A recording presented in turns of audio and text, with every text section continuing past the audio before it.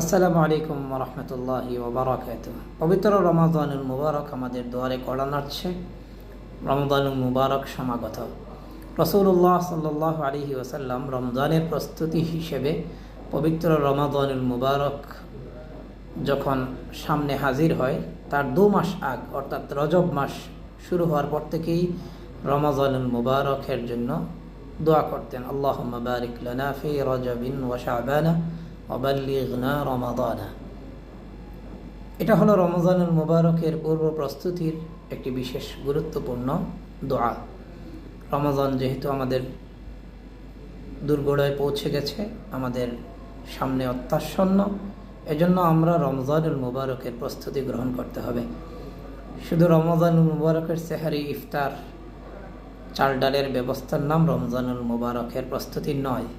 রমাদানুল মুবারকের প্রস্তুতি হলো আমরা আমাদের নিজেকে দুনিয়ার সকল ঝামেলা থেকে মুক্ত রেখে আমাদের নিজেকে ফারেক করে রাখবো। 11 মাস দুনিয়াবি অনেক ঝামেলা জঞ্জালের মধ্য দিয়ে কেটেছে।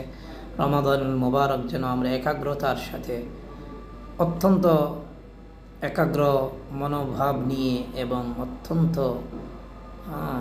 ইখলাস লিল্লাহিয়তের সাথে আমরা যেন এই আত্মশুদ্ধির সুফল ভোগ করতে পারি।